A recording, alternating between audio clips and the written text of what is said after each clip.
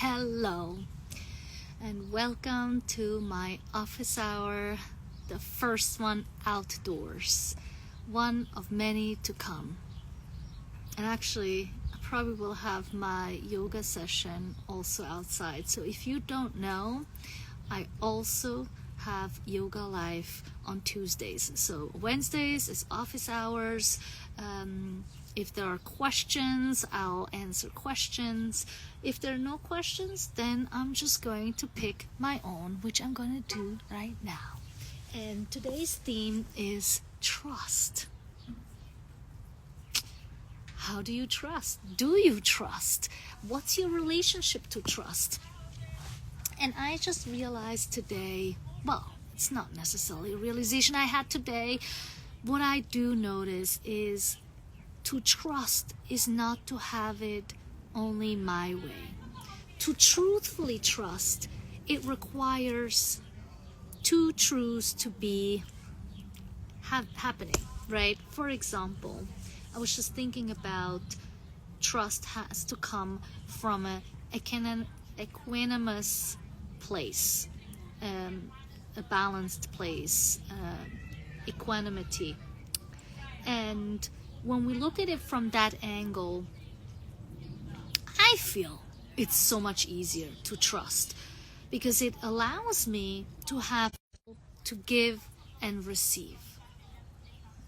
We also have to have a pull and push. We have to be able to go left and right, forward and backward. And one of the ones that I want to focus on is to have resistance as well as surrender. So don't mind the noise in the background. That's just what happens when you're outside. Same thing, right? Can I be with silence and noise? Can I be with whatever? Can I trust that that is still the right thing to do? Or do I feel like I need to interrupt this so that I can fully be present and such? So trust, as you can maybe hear, might sound a little bit different than you're used to. The trust that I'm looking at is in connection to a relationship to self, a relationship with others, and that just deepens our awareness. And so I just had a very flourishing, great session with a group of people talking about this exact same concept. So on the way there, I had this scenario where two major highways merged together. There was one person coming from the left side that needed to get to the exit on the right side. And I'm coming from this other side, right? And so when you have two roads coming together and this person has to go all the way over here, you have to be aware of your surroundings. You have to check what's around you so you can get over to this side. Well, in the scenario that I was in, that person that needed to go from left to right didn't realize that I was coming in the middle. So with that said, luckily I was paying attention as well, because that's what we need to do no matter where you are, to allow this person not to drive into me and instead being able to get to its own exit. Well, this guy, I honked my horn because I needed to signal myself, because otherwise this person would have been just getting right into me. And so I signaled myself with a honk and letting him know that I am here. He did not like it. I had to receive a finger. Something was going on. So in some shape or form, just to picture what was going on in this other person's car, it almost sounded like I was at fault. Why was I there when he needed to get from the left to the right? And obviously there's different perspectives. Luckily, for our own awarenesses, that I was able, sorry for my distraction, that I was able to pay attention. And this is where trust comes in. It requires all of us to pay attention, or at the very least one person. And talking about this very example of driving, we need to trust a stranger on these roads. And I believe it to be one of the hardest places to trust, because How many cars on this highway in this particular scenario were there? I would guess at the very least 20 cars at the same time. So imagine if none of them was paying attention and people are crossing and doing, I am sure we have way more accidents than we want to admit. And luckily, more people than not are actually paying attention. They're paying attention to what's happening around them. They're paying attention when they're changing lanes. They're also paying attention when they're not doing anything. And that will eliminate some of the accidents.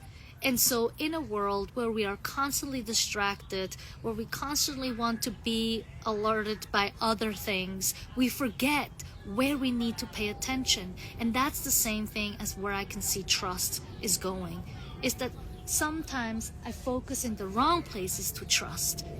For example, I'm trusting in a relationship that is dysfunctional. Where is that trust coming if it's only from my side? So the giving and receiving is a necessity to be able to truthfully trust, because both of us need to trust. We both need to trust one another, especially when I'm talking about relationships.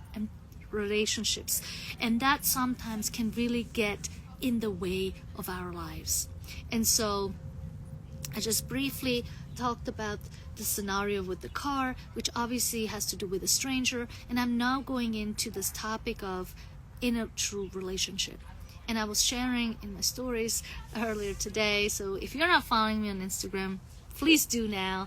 I will share some thoughts I have around certain aspects in my stories. So one of the things that I shared in my stories is this trust within a relationship with my spouse, for example, right? The example I used is going on vacation.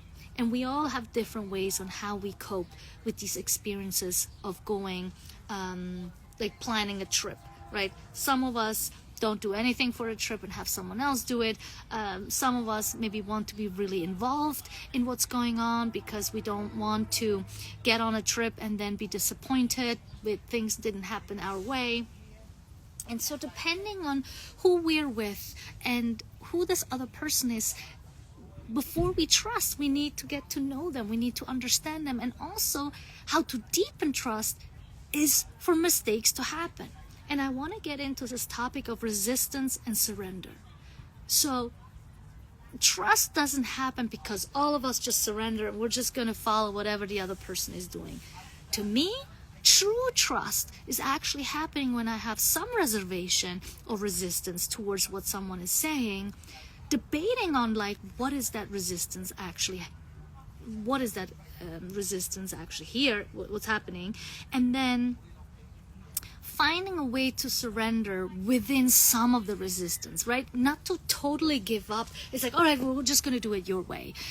To actually figure out a way, how can both parties be involved in this decision? How can both people have something to contribute? Because then when both people equally can bring something to the table, when one can take the lead a little bit here and the other one takes back, so there's like this resistance, kind of like the push, right? The other one pulls back a little bit, and it's a back and forth, like almost like a dance, as I'm looking here. And when we can get to that place, trust is really deepened in that connection. And so it doesn't come easy. It doesn't come overnight. It doesn't happen by me just telling you this. It's by you actually practicing it and figuring it out with that person in front of you. And that looks different with every person you come across. Some people might actually needing to give more to receive more, right? Some people need to give more to receive more. So it all depends on the relationship that there is. And so I think there's a lot happening right now, a lot of thoughts happening around me as well as here. I don't know if you can hear it or not. And so that's how trust is being built, at least from my experience. So I'm now obviously super curious on how is trust being built in your relationships. How do you build trust to yourself? Because at the end of the day, to build a stronger trust system with ourselves is that we have to be okay with mistakes. We have to be okay by trying something out and it's not working out, and then getting back up and retry again. And when we can do this on a regular basis, it actually allows us to trust ourselves more, and knowing that there is not one way only, and that sometimes it takes a few more trials to get to what we want. And by doing that on a regular basis, by creating this relationship and that trust with ourselves, it becomes much easier to also have that trust in someone that we live with, our parents and siblings, and even with a stranger on the street. So with that said, I hope you're getting something out of this conversation with myself in regards to trust. And I would love to hear your perspective on trust. What has been your experiences? Is there something I said that maybe, got your attention, something you want to try out, something that you've tried out and it worked? And so, yeah, I wish you a wonderful day. I'm gonna sit here for a brief moment, and I hope you'll be able to enjoy the rest of this day and practice this trust with yourself so that you can trust one another more. Have a good one.